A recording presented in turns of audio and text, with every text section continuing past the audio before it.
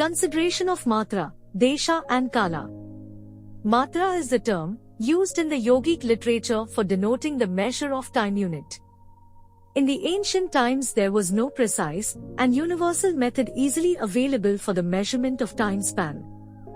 The methods used for deciding the measure of the time span were quite arbitrary. Many of them were open to a lot of personal error. The length of the time unit was quite variable. For example, the one matra could be considered as the time taken for the twinkling of the eye, or for pronouncing a short vowel, or for snapping together the thumb and forefinger, or for moving the hand around the knee, or for giving the 3 claps. Obviously, this way of measuring the time span was not only imprecise, but was not of much practical use. Especially in connection with pranayama, while measuring the time duration of puraka, kumbhaka and rechaka, we need not only precise time, but also the possibility of deciding the final time ratio amongst the 3 phases in the light of individuals' abilities and limitations. We find one such way of measuring time units in one ancient scripture known as Skand Purana. Here the one matra is the time required for one normal respiration. This is really a very useful and appropriate standard, as the time measured for the pranayamic breathing would always be in relation to the individual's own breathing pattern. This seems to be not only reasonable but quite safe, because in this way the individual can work out as to how much time is to be given for each phase of pranayamic breathing and how gradually should it be changed to bring it to the desired level, keeping in tune with his existing abilities. This would definitely prevent him from doing anything in excess. Ordinarily in the usual resting state, the speed of the normal breathing would be around 15 breaths per minute, thus requiring 4 seconds for one breath. Using this scale of 1 matra equal to 4 seconds, one can easily work out the desired duration of puraka, kumbhaka, and rechaka in the more convenient way compared to the time taken for the normal inhalation and exhalation. The time duration of the puraka and rechaka process of pranayamic breathing is expected to become more and more prolonged. The Hatha Yoga text suggests that time ration between the puraka and rechaka should be 1-2, and wherever the kumbhaka phase is incorporated it should become 1-2-2 or 1-4-2.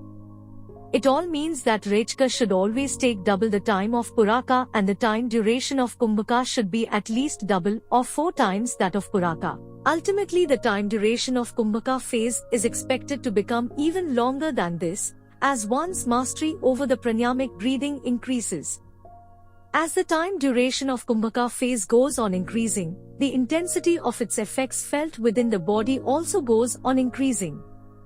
The student, practicing pranayama for a long time, gradually becomes aware of the upward impulse felt within his abdomen during the phase of kumbhaka when the downward flow, apna gati, of the pranic energy is arrested at the Muladhara and is directed upward, i.e., converted into prana gati with the help of 3 bandhas. Until the process of rechaka begins, flow of the pranic energy remains arrested and goes on giving the feeling that something is pushing or striking upwards. This is known as udghata. In this connection, in his commentary on Patanjali Yoga Sutra, the Badrayana says, Pranenotsapamānena apna pidyet yada, gata choldhavam nivarteta hyetadudghata lakshanam. Which can be explained as, in the kumbhaka phase as the time passes by, the breath becomes impatient to come out and starts pushing itself outward, and due to this one feels in the lower abdomen a sensation of prana striking upwards, and this is known as udghata. According to the intensity of this udghata, kumbhaka is said to be of 3 kinds. The Vayu Purana mentions that when the kumbhaka phase is of 12 matras, i.e. around 48 seconds or around 1 minute, it is known as prathama udghata or the first level of udghata.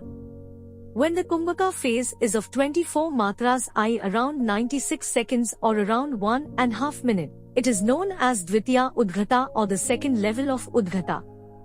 And when the kumbhaka phase is of 36 matras, i.e. around 124 seconds or approximately 2 minutes, it is known as tritiya udghata or the third level of udghata. When the kumbhaka reaches the first level of udghata, it leads to the feeling of pranic energy spreading all over the body and causes the perspiration. When the kumbhaka reaches the second level of udghata, the whole body feels the vibrations, and when the kumbhaka reaches the third level there is an upward rising of Kundalini. During the kumbhaka phase, one feels the subtle flow of the pranic energy all over the body along with its concentration in certain areas. Focusing of one's attention on these internal phenomena is indicated through the use of the term desha by Patanjali in his Yoga Sutras. In the beginning this is in the form of pipilika sadrish parsha, i.e. sensation resembling the creeping of the ants all over the body. Then one gradually becomes aware of the pulsating intensification of the pranic flow at the location of different chakras, which ultimately take the form of strong force surging upward along the spine. Simultaneously there is a continuous change taking place at the level of consciousness, making it expand and deepen its ordinary field. Ultimately, it explodes, breaking all the barriers or conditioning, operating at the level of consciousness, entering the extraordinary state of Turiya, Samadhi or Manonmani. This is known as the arousal of Kundalini. Patanjali, in his Yoga Sutras, has described that Bahya, Abhyantara and Stambhavritti pranayam become Dirgha and Sukshma, when measured in terms of Desha, Kala and Sankhya. By Desha, he indicates these subtle pranic sensations, felt at different locations during the progressively more intense levels of kumbhaka. By Sankhya, he indicates the time measure of these kumbhakas, and by Kala he indicates the total duration of the time devoted for the complete pranayamic session. In Hat Pradipika it is said that the serious student should practice pranayam 4 times in duration of 24 hours, at dawn, at noon, at dusk and at midnight. In each session he should practice around 80 breaths of pranayam. Side by side, it also warns that this practice should be done yatha shakti, i.e. keeping in view one's own strength. According to it, just as a lion, an elephant or a tiger is tamed by degrees, similarly the breathing is to be brought under control gradually, otherwise it would harm the student. All the serious students of pranayam should heed this warning.